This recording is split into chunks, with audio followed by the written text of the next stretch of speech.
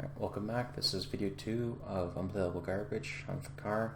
This is Dwarf Fortress Masterwork Mod. So I'm going to go over a couple things here first before we start building. I mentioned last time the game is almost entirely keyboard driven, although there's a few mouse things added by DF Hack. This is DF Hack here. One thing I will do at the very start here, before we go any further, is I'm going to run a couple commands here. So I'm going to type reveal, and what this is going to do, it's a little bit cheaty, but not really. I'm not going to scan around the map and take a look what there is. This is going to show everything. Probably this will all be blacked out. I'm not going to look around, but I am going to type in prospect. What it's going to do is it's going to go through everything in the world, and it's going to tell me what there is. And what I care about is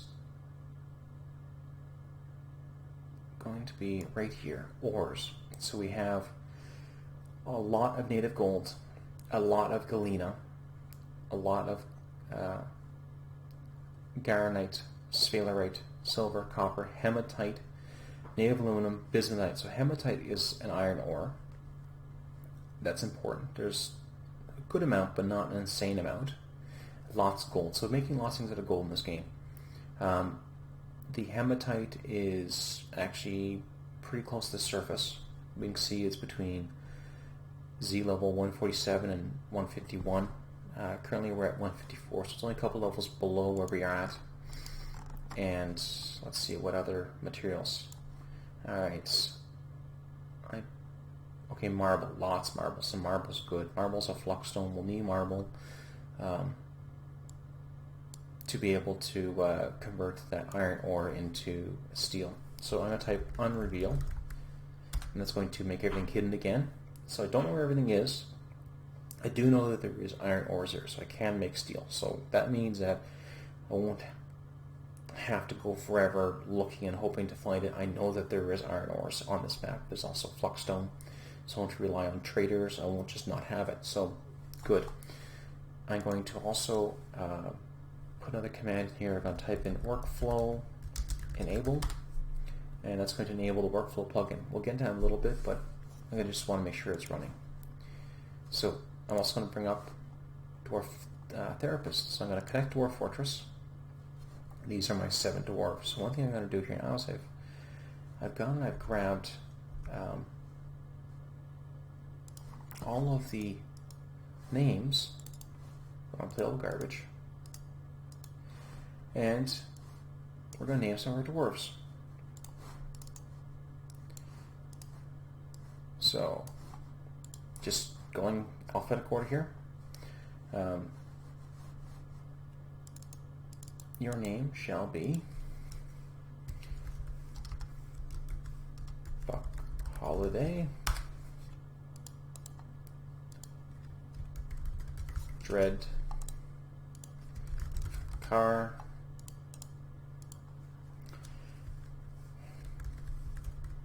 Hobbs, House B2,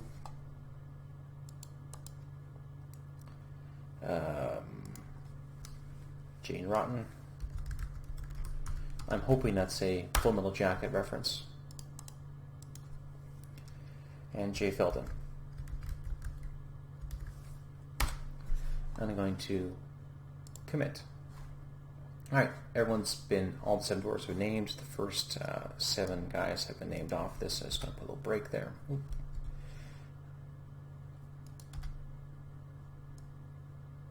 Yeah, for 7, I can count good.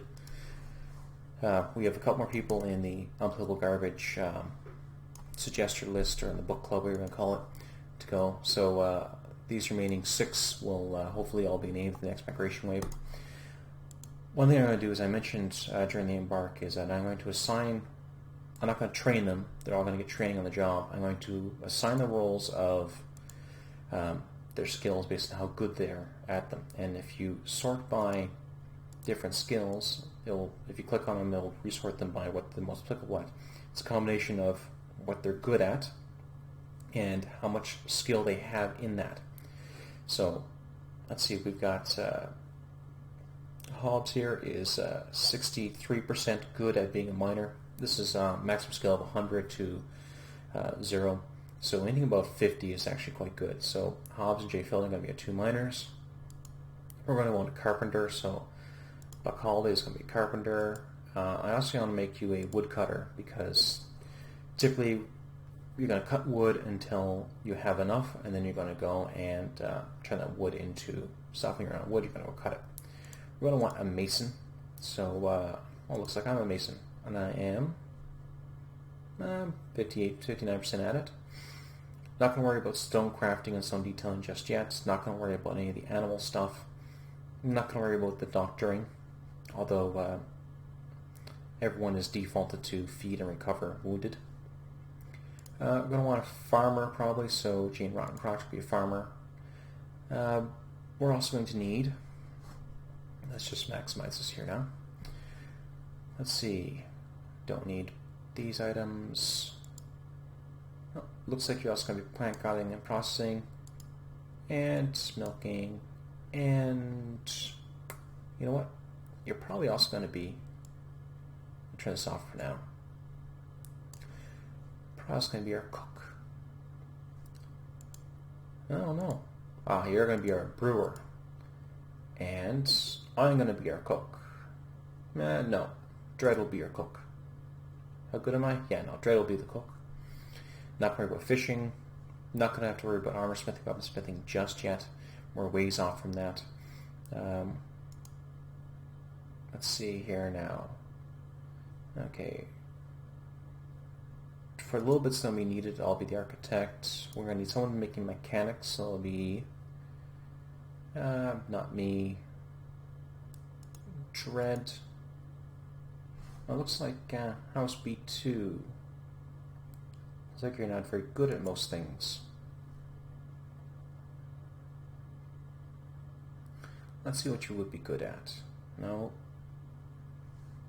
Would you be a decent cook, perhaps? No. No, well, not terrible brewer. What are you good at?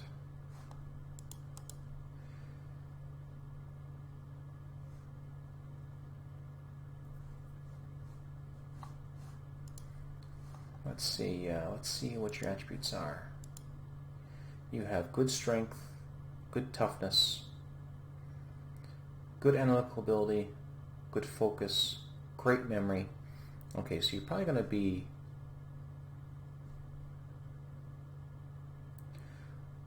it looks like I'm the expedition leader. You're probably going to be good at analyzing stuff, so I'm probably going to make you the work manager. But I need something else to do in the meantime. That doesn't take much work right now. So, actually, one thing I want to do is I want to take our 2 miners and turn them off of hauling. I want them only mining. But yeah, House 2, you're just not very good at stuff. You know, you're going to be a mason, but you're going to be our backup mason. You're the one cutting blocks. So I'm going to be the main mason who's going to make items out of the blocks, and you're going to be the mason who gets the lovely task of turning rocks into blocks. So we're going to commit changes. And we're going to go back to Dwarf Fortress. And one thing I want to do is quick look around. Where do I want to build my fortress? Where do I want to dig in? Doesn't really matter a whole lot right now. This black, by the way, is unrevealed. There's little icons here, but it doesn't mean anything. It's just so it's not all flat black. Day site, loam. I believe once you dig through loam, you can actually plant on it. So, what we got here? Just saw some native copper. So there's copper we can play with right away. Copper's good for training. There's, as I recall, there was tons of copper and gold, so we can make some gold or copper weapons and armor to get our guys trained up. None of them having to get a mood. So I'm going to press D to designate. I'm going to D again to mine. I see some flashing here. This is warning me that this is hot. So if I mine this, lava's going to come out through it. So let's just see here now. Let's dig from here. Enter, down 3, over. Holding shift moves you, I think it's 10. It's 10 spots. So I'm going to go over 20 and press space to unpause. So 2 miners are going to start digging that out. In the meantime, I'm going to pause the game. I'm going to press B for build. Actually, I'm going to press D for designate. I'm going to T to chop down trees. And our woodcutter, I'm going to tell them to cut down, not a lot, just press enter. This area here, cut down these trees. So they're going to cut down these ones that are highlighted black. And I'm going to press B to build. I'm going to press W for workshop. And then I'm going to build a C for carpenter shop. I'm going to put that right here. I'm going to have them make it out of dacite. And I'm going to let the game run for a little bit. As they dig more stone, they're going to get more dacite. And as the woodcrafter goes and cuts down a tree, like he's doing right now, you just saw the guy walk over. He is felling tree. He is a novice weaponsmith because I did train them all in 1 skill of each. This is actually Colony of Bumblebees. There's a bunch of icons here. The icon here is no utility for a well, but some icons are overused. Are used in multiple things. So prickleberries. I can gather these up later. This is strawberry down here. Just gonna let it run for a little longer. We've got a couple more stones, so I'm going to pause it again. I'm going to build a workshop, and I believe it's K for Z for kitchen. I'm going to put the kitchen here for now. I'm going to make it out of dacite. I'm also going to build a still, L for still. These are going to eventually move inside, but for now I'm going to put them outside so that while they're busy digging out what's eventually going to be our workshop areas and our living quarters, they can at least start converting some of the raw materials we have with us into usable materials. So we've created a kitchen, a still, or at least queued them up. We have a carpentry shop. We're going to need, let's see, mechanic shop. And let's make that open logs. By the way, that list, I'll show you here again in a second.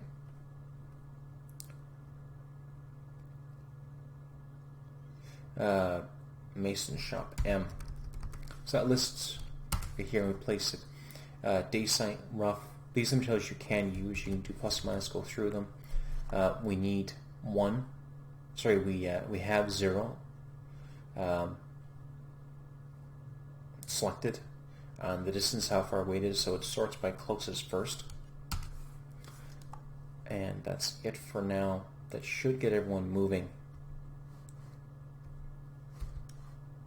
Right now we have 1 idler. They're all going to run off and start making these workshops and stuff. So I'm going to add a new task. I'm going to prepare easy meal.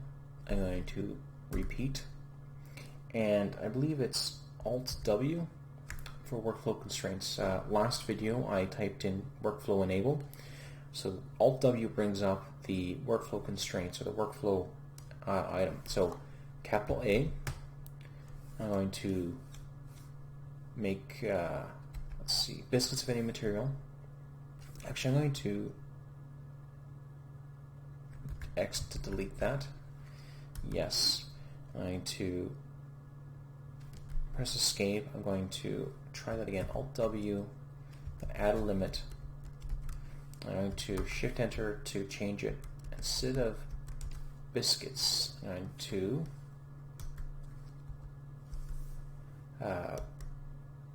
T to select. It's going to be meal, any prepared meal. And I'm going to lower the number, Y to create, and I'm going to change the range on it. So I'm going to, instead of 1 to 50, I'm going to make it, for now, 50 to 75. So what's going to happen is he's going to make 75 prepared meals of any material. And because the only thing selected there is a simple meal, he's going to make just simple meals. He's going to make 75. He's then going to stop, and the workflow plugin will then pause or suspend that job, the repeating job, until it gets down to less than 50 meals. Once we get less than 50 simple meals, it will then, any prepared meal, it will then restart this task again until we get back to 75. So this means that I don't have to worry about it. He can start making. He'll make until we have a good supply. Then we get below a certain supply, he'll start remaking them. So actually probably, let's do 25 to 75. So I'll have 50 meal leeway there. And escape to go back. Going over here to the kitchen, we're going to add a new task. We're going to, we can't brew a drink. We can't brew a drink because we're missing unrotten drink material producing plants, empty food storage item. So we are missing something from that. Probably an empty barrel. So space to pause the game. I'm going to click on the Carpenter's Workshop. I'm going to add a new task. I'm going to make a barrel. You can plus or minus to go up and down through this list, or you can press V for barrel. I'm going to press R to repeat. I'm going to press Alt-W to write workflow. I'm going to press Shift-A to add limit. It's going to be out of any wood, and I want 5 to 10. 5 to 10 is fine, so escape to go back. I'm also going to add a new task. I want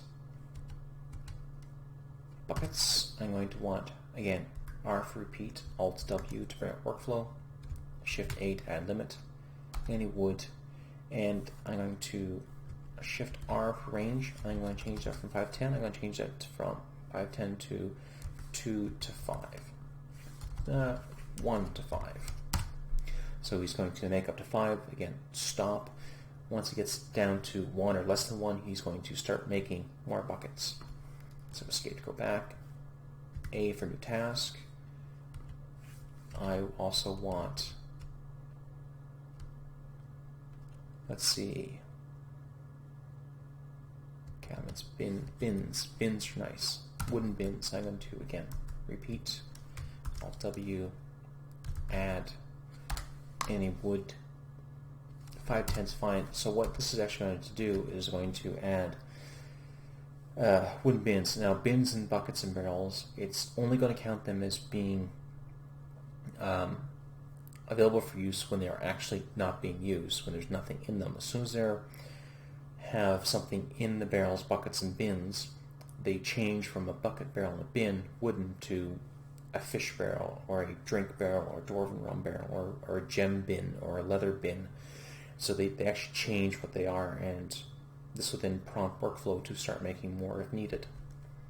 Add a new task. Add a new task. Let's see. A couple basics have been completed. Wheelbarrows are important. So I'm going to add wheelbarrow. I'm going to put on repeat. Add a workflow constraint. Add a limit. Any wood. And instead of 5 to 10, I'm going to press Shift-R again for range. And 1 to, I'll make that 2 to 5. Okay, that should be fine. We're waiting on mechanic. Mason, really done.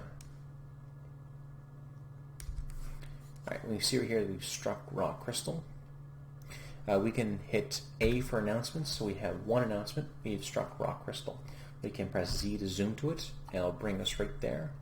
You can see our little yellow cursor right here. Left and right, we have rough-hewn rock crystal clusters. This is sandy loam cavern floor. We have rough-hewn dacite walls. We can smooth these out if we want. It's just not important right now. Alright, so unpause the game. Alright, Mason's Workshop. Add a new task. Construct rock blocks. I'm going to repeat it. workflow, add a limit, any rock, and 5 to 10. Actually, I'm going to delete that. So Shift X, yes, add a limit. It's going to be any stone, any rock. 5 to 10 is not enough. Change the range. I want 50 to 100. And that sounds like a lot because it is a lot. But what's going to happen is going to use a lot of rock blocks in construction later on. So I want to get a head start on it. I actually want to start training up my dwarves on crafting rock blocks. The sooner we get at it, the better. For now, I'm going to actually just press S to suspend that. We're going to need the rocks we collect for other things. We don't have a mechanic, so I'm going to look at my dwarf therapist. I'm going to read the dwarves. We can see here that we have 3 dwarves not doing anything, and none of our we have no mechanics. So, House B2, you're going to be a mechanic. And commit. So now you should stop being lazy and start making my workshop. Alright, so now that you are a mechanic, you've gone over. You can see here that House B2 currently has no job. Alright, so we add a new task. We're going to make some T for rock mechanisms. We're going to repeat it. Alt W to workflow. Add a limit. Any rock we are going to want 510 is fine. And resume the game. Alright, you're making some buckets. We can see here we got a barrel has been made. Add a new task. Brew drink from plant. Excellent. So we're going to add this while we can. We want to repeat it. We want to add workflow, add a limit, drinks from any material. Now what this is looking at is the outputs. So when you brew drinks from plants, you'll often get seeds out of them. You'll either get plump helmet spawn from making drinks out of plump helmets, which are mushrooms, and the spawn is then used to plant, or you'll get seeds from, say, like strawberries, where when they make the booze, the strawberry wine, they'll get some seeds out of it. So what we're concerned about is the drink and not the seeds. So it's asking us what the outcome we want to be monitoring. And we currently have, see here, now 69. So drinks for our small fortress, I'm going to change the range from that to probably 50 to 100. And that gives us a nice leeway. It's nice to have a lot of booze on hand. Booze never spoils. I believe cooked meals never spoil, although raw food will spoil. So we'll want to keep on top of food production and keep an eye on our drink production. Oh, didn't save because I didn't press enter. 5200. Okay. And we'll unsuspend that. Well, one thing I do want to do is bring up Z for status. This shows our dwarf. So because we have no dwarf assigned to accounting, by the way, we have only a rough idea. So we have roughly 200 food. We have roughly 40 seeds, 70 drinks. Others going to be stuff, not food or drinks, so it's going to be like meats and stuff, meats and plants.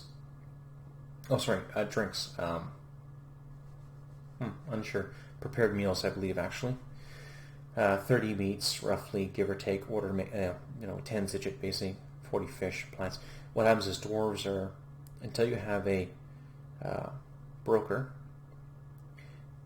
assigned and keeping the books, dwarves will know 1 to 10 exactly what you have. They can count on their fingers. They've got 10 fingers and know exactly what there's at. Anything more than 10, it's going to be a rough guess. I'm going to go right over to kitchen and press enter. So this brings up the kitchen menu. And one thing important here is that plump helmets, we don't want to cook with them. So we want to change that from blue cook to red cook, which means they're forbidden to cook plump helmets. And the reason for that is that cooked plants, such as plum helmets, don't give you any spawn, don't give you any seeds. So you will eventually run out of seeds if you cook all your plum helmets. We're going to press tab, change categories. We don't want you to cook with any of the seeds, that's defaulted off. We also want you to cook with any of the wines or alcohols, because we want to keep those alcohols for the purpose of drinking. And you can cook all the meats. Okay, that's fine. So we're going to escape to get out of it.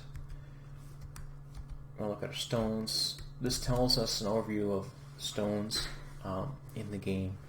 Right now they're magma safe, which means they won't melt when next to magma. We're just going to know this for now. And stocks is rough estimate what you have for stocks. Once we get a broker set up, we will know exactly for sure how much we have of each. And I'm going to escape out of that. And what we're going to do, we do have a couple islands there, so I'm going to set a... oh, our miners are done. That's what's happened. So I'm going to do D for designate, I for up downstairs, and I'm going to... actually, mine. I'm going to do a 3x3 block, a little bigger than 3x3 block right here around the corner.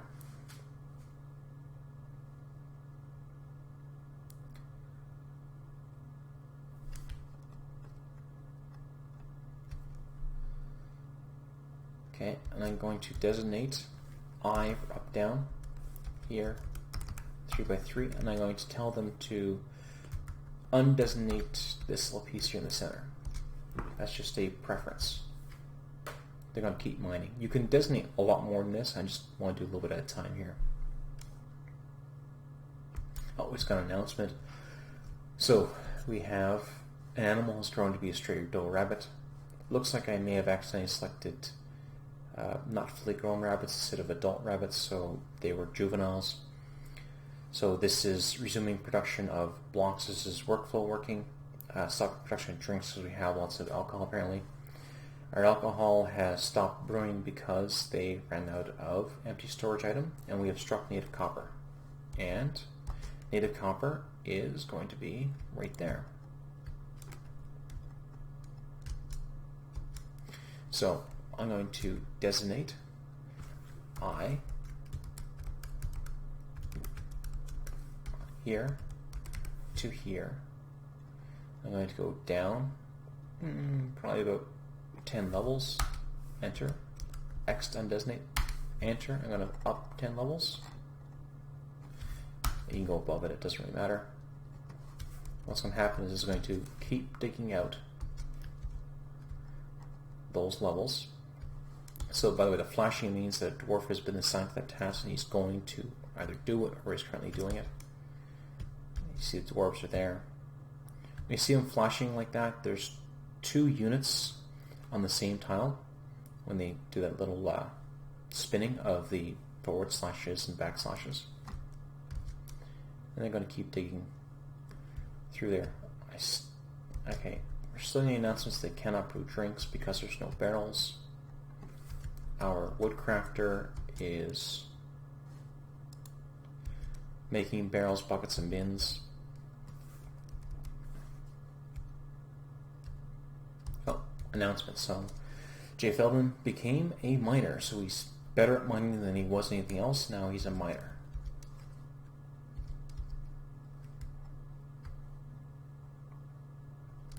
And Hobbs became a miner.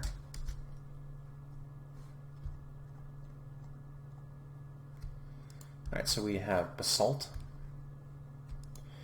We've gone deep enough that we changed stone. We've got a nice bit of copper walls here. One neat thing about DF Hack is that it adds a handful of neat little features. Like I showed you the reveal, unreveal, and prospect commands and the workflow plugin. You can also, while selecting a vein, a stone of an ore that you're interested in mining, you can press Control V, and that tells it it designates the entire vein to be mined out. Normally, there's no functionality for this. Some consider this cheating. I don't. Basically, what I've told my dwarves is that copper, I like that copper. Keep mining that copper until you stop mining copper. So just keep mining that whole vein. So now they're going to go and keep mining all the copper that they come across. But the dwarves likes to work from top left to bottom right. That can cause some screwy pathfinding and screwy job construction if you designate a lot of mining to be done at once or a lot of work to be done at once across multiple levels. They'll go to the top left corner on one level and they'll grab an item, or they'll mine a location, they'll go somewhere else. You can force them to stay in certain areas using burrows. I find it simpler to just work one level at a time and let them complete the current task. Maybe less efficient. I find it's less of a headache overall. So, we have 0 idlers, they're all doing work. We have cooking going on for food. We have someone brewing drinks. We have a mason creating rock blocks. And we have a carpenter making a bunch of wooden items. I'm also going to designate a couple more trees to be mined out. So designate T for chop down trees. There's a handful of trees right here. So enter, make the selection box, and those trees designate for mining. When our carpenter slash wood chopper has finished, there we go. So Buck Holiday became a carpenter. When he finishes whatever task he's doing, or he gets bored of it or whatever, he'll leave that and he'll cut down more trees. He may just do that when he runs out of wood.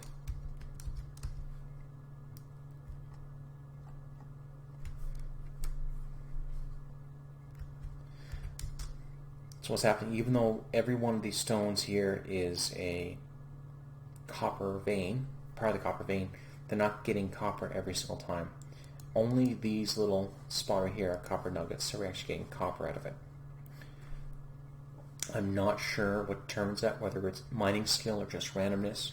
I don't recall if max skill miners, legendary miners, get ore every single block that they mine, but it is what it is. Oh, we got a little announcement here. Stopping production, drink. Basically, we've produced enough alcohol that they've reached their limit. There's a way to bring up workflow, so you can see how far along they are with it, but I tend to just let it do its thing.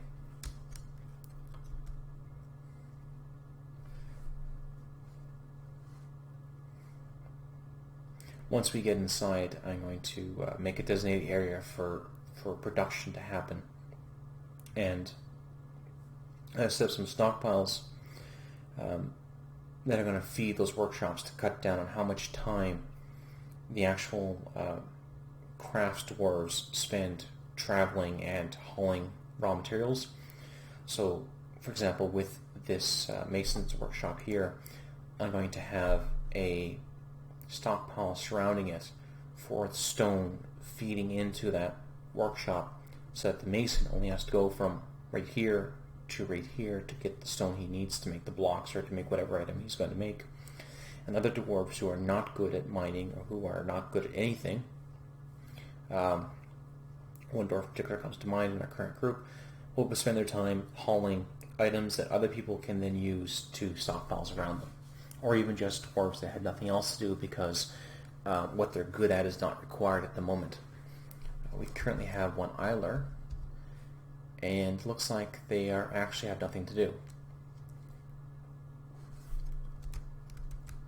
So that idler, going back here to Dwarf Therapist, is Jane Rotten. So Jane Rotten is a brewer. And that's largely all they are. So what I'm going to do is, because they're a brewer, I'm going to B for build, W for workshop, and I'm going to get them to make should be a farms workshop. And I know I'm looking over it right now, but don't see it. Farmer's Workshop, W. So Farmer's Workshop, again, this will all be placed inside eventually. You can make it out of rough wooden logs, save the blocks from else. Oh, one thing I forgot to do, but I should do now, I'm going to press, you set up a zone, not a stop, I for zone, because here to here, and in this zone, it's A for active, it's going to be N for pen and pasture, and I'm going to press Shift N to set, and I'm going to press G to filter out non-grazing. So I want to make sure that my grazing animals are all in this pen and pasture. That's because if they are not in an area where they can graze, where there's grass to graze on, they will starve to death. So our bunnies and our horses and our horse and our two-hump cattle, they all need to be in an area where they can graze. Our chickens, geese, and turkeys, they don't need to graze for some reason. Apparently they can feed off the ether. So what's going to happen is a dwarf who's got nothing else to do, he's going to grab those animals, just happen, he's going to drag them from where they were around the wagon, and they're going to drag them to the pen and pasture. So we can see we got a bunch of bunnies here, and actually we can hit Z for status. You see that we have a small legomorph with long ears, has powerful hind legs which use swiftly avoid predators. It can be found everywhere from forest deserts. She has enormous build for a bunny, but it's very skinny. Her hair is charcoal, her skin is pale chestnut, her eyes are black. Actually, what I'm going to do is I'm going to go quickly through the dwarves. So I'm going to go to U for units. Here are citizens. So I'm going to V for view unit. I'm going to enter for thoughts and preferences. Once you look at your dwarfs, this is J. Felden. If you want, you just pause and read through what your dwarf is about. And I'm going to go through each of them individually so you can then see what your dwarf I picked for you. Dwarves don't really matter about their gender. The only thing is that females get pregnant, and if you have a pregnant dwarf, they will eventually give birth. If they are doing something like, say, fending off an invasion by hostiles, they can have birth in the middle of combat and have a child with them during combat.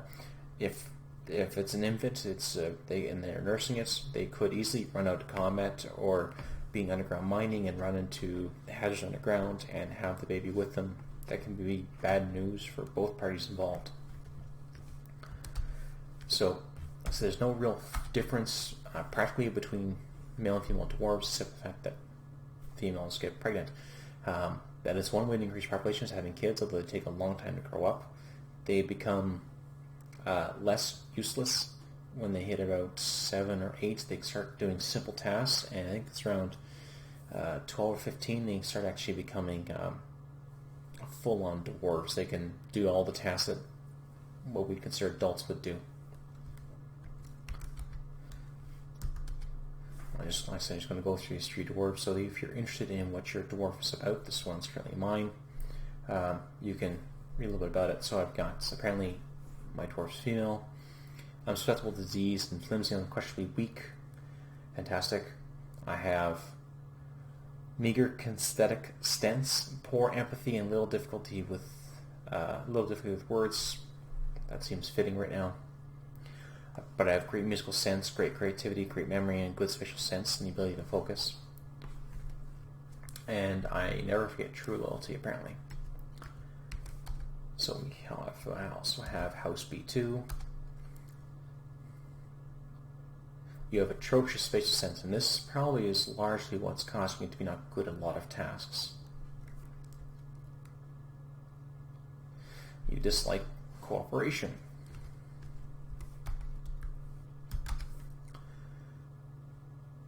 Jane Rotten has poor empathy, meager kinesthetic sense and a little difficult with words and little willpower. Relatively slow, really slow to heal. That can be a bit of an issue when we have military dwarves. You're generally banking on your dwarf not getting hurt. This is not high tech. Injured dwarves can heal. It can be quite messy. You're relying on skilled dwarves to be able to diagnose and treat the issues. Dread looks pretty good overall. Everything's good.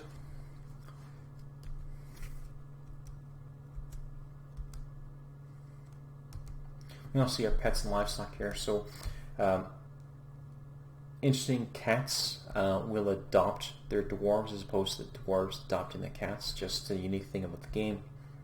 You can assign dogs. They've been trained to either be work dogs or war dogs to be with the dwarf to protect them. We have one raven out there, and we have no dead or missing. If we were in a more wilderness area, we'd see more than just a raven. There are caverns underground, and we'll find wild animals in there. Some can be quite deadly, some of them can be quite benign.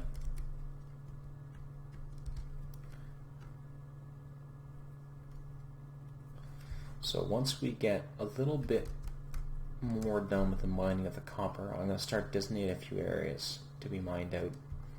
One thing I said we will need is a dedicated production area. So the dwarves have mined out this shaft all the way down to the 10 levels I asked them to mine out. There's a handful of more spots than mine out for the copper. And we have a few more announcements. Production stop for buckets and wheelbarrows. Bins are going to come up next, I think, and so is barrels eventually. Once we've made all our drinks and all our food. Food also gets stored in barrels, by the way. This is the edge of the map, so they won't mine the last tile, so you don't have to worry about a gap into the wilderness outside. We've got, again, looks like I've accidentally selected non-adult, so juvenile rabbits by accident. Okay, our miners have finished. We've now gone from 1 idler to 3 idlers. I'm going to designate, press F1, go back to our wagon. I designate D for mine. It does a little area here.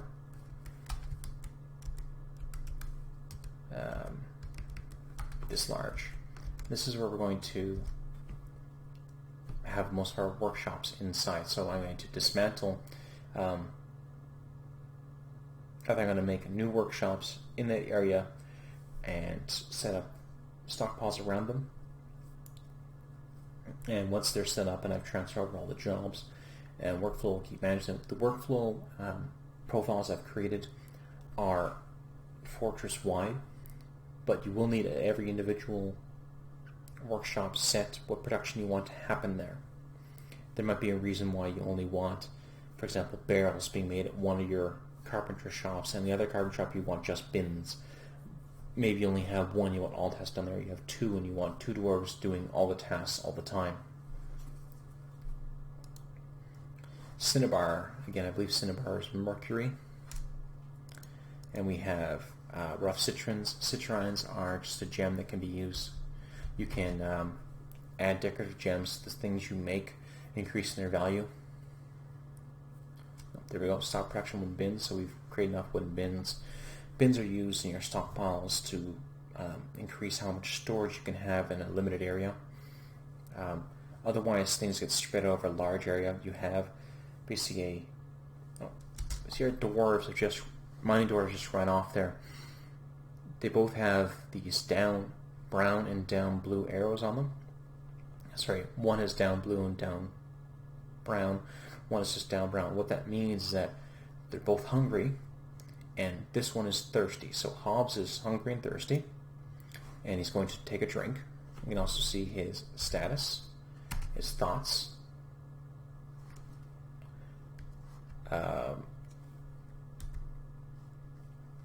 G for general shows what it is. W for wounds, he is hungry and thirsty. And we can click on J. Feldon. J. Feldon is hungry. So we go back, G for general, I for inventory, and see what they're wearing.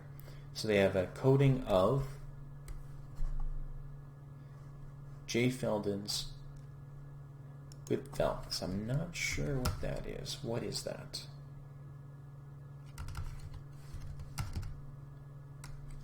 Alright, so Dwarven Tears. So interesting. What is your status? Finish up some work and very satisfying.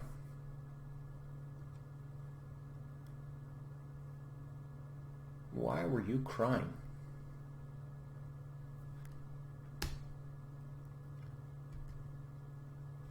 You have no wounds. You're just hungry. But you were crying. Interesting. Let's go over to Hobbs. Hobbs is hungry and thirsty, and their inventory includes tears. Interesting. Is that just...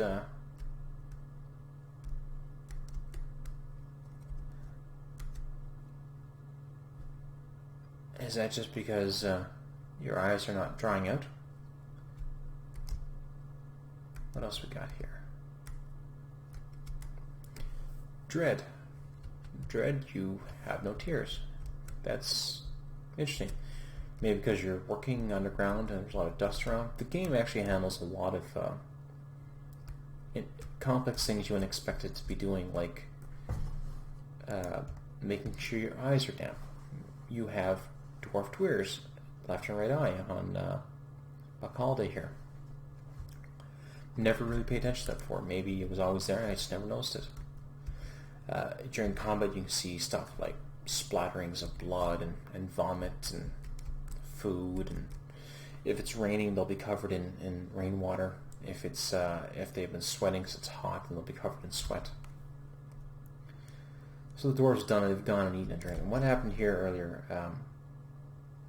The dwarf we looked at over here was asleep. And what's happened is that we haven't made any beds yet. We've just been digging and crafting. They've got no beds, they've got nowhere to eat, so they've been eating where the food's at or at the wagon. We're